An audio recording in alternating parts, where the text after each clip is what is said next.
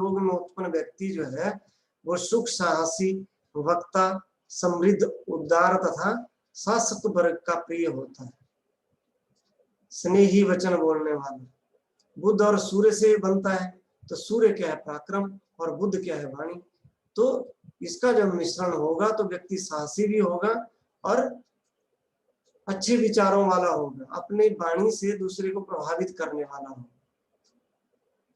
और दूसरा जो है वो वाशी नामक योग बनता है। तो वाशी योग कैसे बनता है, ये भी जैसे कि द्वादश में कोई ग्रह हो, यदि शुभ ग्रह हो तो बहुत अच्छा माना जाता है। तो इसमें जो व्यक्ति का जन्म होता है वो व्यक्ति धनवान होता है, प्रभावशाली होता है, और अगर शुभ ग्रह की स्थिति हो तो ये योग और भी अच्छा माना जाता है।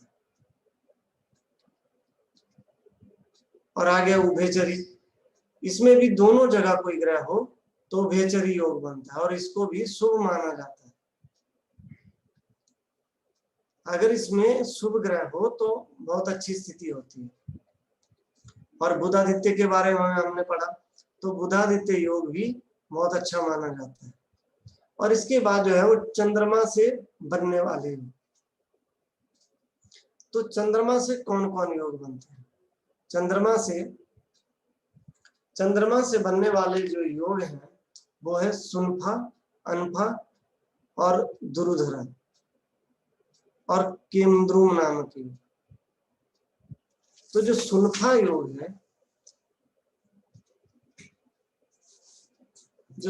योग है,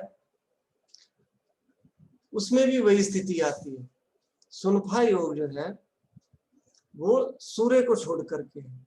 अगर सूर्य को छोड़ करके दूसरे स्थान में कोई ग्रह बैठा हो तो सुनफा नामक योग होता है। और यदि सूर्य को छोड़ करके द्वादश स्थान में कोई ग्रह हो तो अनफा नामक योग बनता है। और जब दोनों ही जगह कोई ग्रह बैठा हो तो दुरुधरा नामक योग बनता है। और ये योग जो है, तीनों ही योग शुभ माने जाते हैं। सुनफा योग भी शुभ माना जाता है।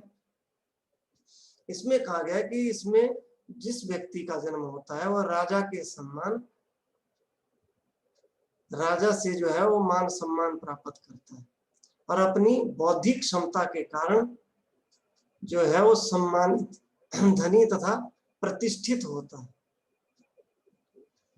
और अनफा योग भी है तो ये भी शुभ माना जाता है। लेकिन जब चंद्रमा और सूर्य से जो बनने वाले योग हैं उनमें दूसरे स्थान में या द्वादश में कोई शुभ ग्रह हो तो ये योग जो है वो और भी अच्छा माना जाता है।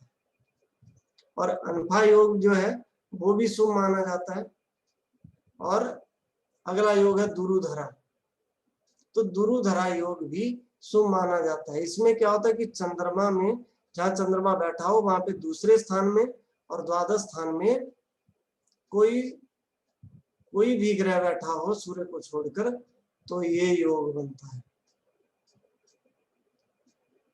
और इसके प्रभाव से व्यक्ति जो है की मानसिक स्थिति बहुत अच्छी होती है और धन संपत्ति, वाहन सुख, हर तरह की चीजों का सुख प्राप्त होता है। और चंद्रमा से बनने वाला इसमें जो चौथा योग है वो है केमद्रुम नामक योग। ये जो केमद्रुम नामक योग है ये अशुभ माना जाता है और ये कुंडली में बहुत सी मुश्किलों को पैदा करता है। शास्त्रों में इसके बारे में कहा गया है, केमद्रुम योग के बारे में, कि ये व्यक्ति को जो है वो राजा से दरिद्र बना सकता है, ऐसी क्षमता होती है इसमें।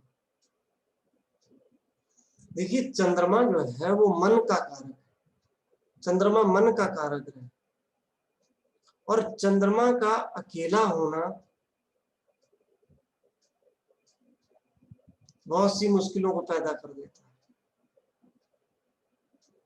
तो जब भी चंद्रमा अकेला हो, ना दूसरे स्थान में कोई ग्रह हो, ना द्वादश में कोई ग्रह हो, जहां चंद्रमा बैठा हो वहां से एक घर आगे एक घर पीछे अगर कोई ग्रह ना हो और साथ में कोई ग्रह ना हो, तो ये केमद्रुम नामक दुर्योग बनता है। और किसी की कुंडली में अगर ये योग बनता है तो कुंडली के कितने भी अच्छे योग हैं, वो व्यक्ति जो है जीवन में आगे बढ़ नहीं पाता, उसकी मानसिक स्थिति जो है वो बहुत खराब रहती है, हमेशा उदास रहता है, परेशान रहता है।